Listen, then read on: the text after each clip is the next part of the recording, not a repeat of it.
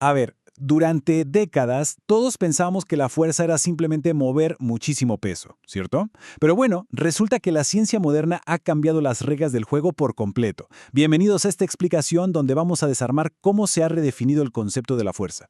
Vamos a ver cómo dejamos de lado esa métrica básica de cuánto peso podemos levantar para empezar a entender un fenómeno de rendimiento humano que es verdaderamente fascinante y súper complejo.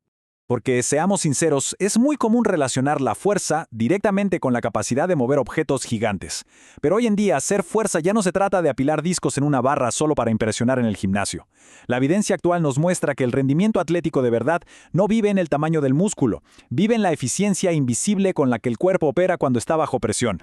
Y para entender esto a fondo, esta es nuestra ruta de hoy. Vamos a ir pelando esta cebolla por capas. Empezamos con el nuevo paradigma, luego la biomecánica y fisiología. De ahí pasamos al sistema nervioso, entenderemos el rol del cerebro y finalmente cerramos con el entrenamiento en el mundo real.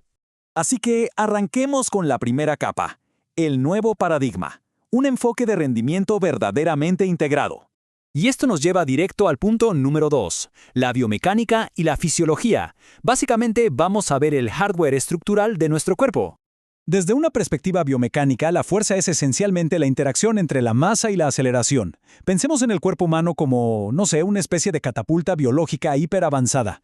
Toda esta energía se traduce a través de sistemas de palancas, la longitud de los brazos de momento y algo crucial, la eficiencia del ciclo de estiramiento y acortamiento. O sea, no somos solo un motor bruto generando energía, somos una máquina de altísima precisión transmitiéndola. Y esto se ve clarísimo con un ejemplo de la vida real. Imaginemos a un velocista en los bloques de salida. La diferencia fundamental ahí no radica en cuánta potencia bruta hay en las piernas, sino en cómo se orienta adecuadamente ese vector de fuerza contra el suelo. En el deporte de élite, dirigir la fuerza en el ángulo perfecto tiene un impacto muchísimo mayor que la simple fuerza bruta. Siguiendo un poco con la metáfora de la máquina, para que este hardware fisiológico genere una tensión máxima, necesitamos construir el motor perfecto. Y eso depende de cosas como reclutar las fibras musculares correctas en el milisegundo exacto, la frecuencia de disparo con la que se activan, lograr una sincronización perfecta entre diferentes grupos musculares y hasta la arquitectura misma del músculo, como los ángulos de penetración. Es literalmente una orquestación mecánica impecable. Y acá, ojo, hay que hacer una distinción súper importante para no caer en la trampa visual. Tenemos por un lado la hipertrofia miofibrilar, que es la que nos da ese aumento de fuerza real y específica. Por otro lado está la hipertrofia sarcoplasmática. Esta última da muchísimo volumen, sí, pero sin un aumento de fuerza proporcional. Es básicamente ese espejismo de culturista, se ve increíble en la playa, pero no tiene el motor interno para respaldar todo ese chasis. Lo que nos lleva directo al punto número 3. El sistema nervioso, el verdadero software de alto rendimiento de nuestro cuerpo. Acá entra un concepto que es una absoluta locura, la codificación de frecuencia, o rate coding. Básicamente, es la velocidad a la que el sistema nervioso envía señales eléctricas para activar las unidades motoras. Los atletas de élite no tienen necesariamente músculos más grandes que el resto. Lo que tienen es, digamos, un internet interno de fibra óptica muchísimo más rápido. Tienen la capacidad de encender toda la fuerza que ya poseen, pero en una fracción de segundo. Por esto mismo, los objetivos del entrenamiento han evolucionado de una manera radical. Hoy la meta es mejorar esa tasa de desarrollo de la fuerza, optimizar la sincronización neural de la que hablábamos y reducir esa cocontracción innecesaria, que actúa literalmente como un freno de mano biológico. Ya no sirve de nada tener una fuerza máxima descomunal si tarda 3 segundos en activarse. Lo que importa hoy es la velocidad fulminante con la que esa fuerza logra expresarse. Pero a ver, ¿quién programa este software tan complejo? Vamos a la capa 4, el rol del cerebro, el centro de control definitivo. La neurociencia nos muestra que la producción de fuerza se modula de forma súper dinámica y en tiempo real. La corteza motora produce el movimiento, el sistema límbico inyecta el contexto emocional y la percepción de fatiga, mientras que la corteza prefrontal es la que toma las decisiones. Es increíble ver cómo el simple esfuerzo percibido altera casi instantáneamente lo que el cuerpo es capaz de hacer. Y esto nos lleva a uno de los descubrimientos más fascinantes del rendimiento humano, el gobernador central. Este concepto nos dice que el cerebro, de manera proactiva, regula nuestro rendimiento y nos genera esa sensación de fatiga extrema como una medida de protección. y lo hace mucho antes de que el músculo sufra un daño estructural.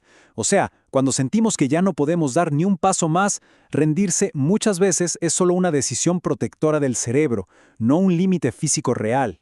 Finalmente, vamos a aterrizar todo esto. Número 5. Entrenamiento en el mundo real. ¿Cómo llevamos toda esta teoría a la pista?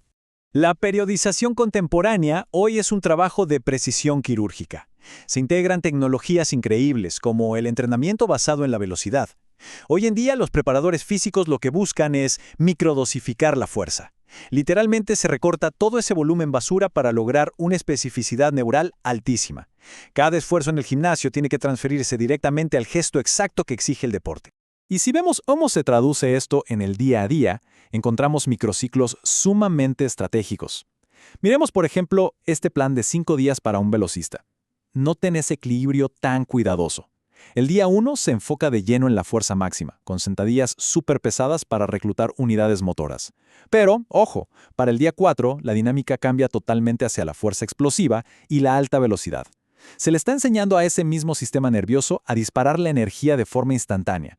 Y a nivel macro, planear todo un año de entrenamiento requiere exactamente esa misma genialidad metódica. El bloque 1 construye esos cimientos estructurales. Luego, el bloque 2 agarra esa base lenta y la convierte en potencia pura. Ya para el bloque 3, se obliga a esa potencia a transferirse a la velocidad específica. Entender esta matemática deportiva es absolutamente crucial, porque programar mal estos bloques puede ser, literalmente, la diferencia entre colgarse una medalla de oro o sufrir un desgarro catastrófico justo antes de la gran final. Entonces, la conclusión acá es rotunda. La fuerza ya no se mide solo en kilos, se mide en milisegundos. Esta realidad representa una partida definitiva de esas métricas tradicionales y superestáticas que veíamos en los gimnasios de antes, y nos apunta hacia un futuro donde la eficiencia del sistema nervioso lo es absolutamente todo. Así que, a modo de reflexión para ir cerrando, la verdadera pregunta no es cuánto peso máximo se puede levantar en un entorno perfectamente controlado y cerrado. La pregunta real es, ¿cuánta de esa fuerza latente se logra transferir al movimiento en la fracción de segundo exacta que exige la competencia? Porque al final del día, la única fuerza que de verdad cuenta es la que aparece justo cuando más importa.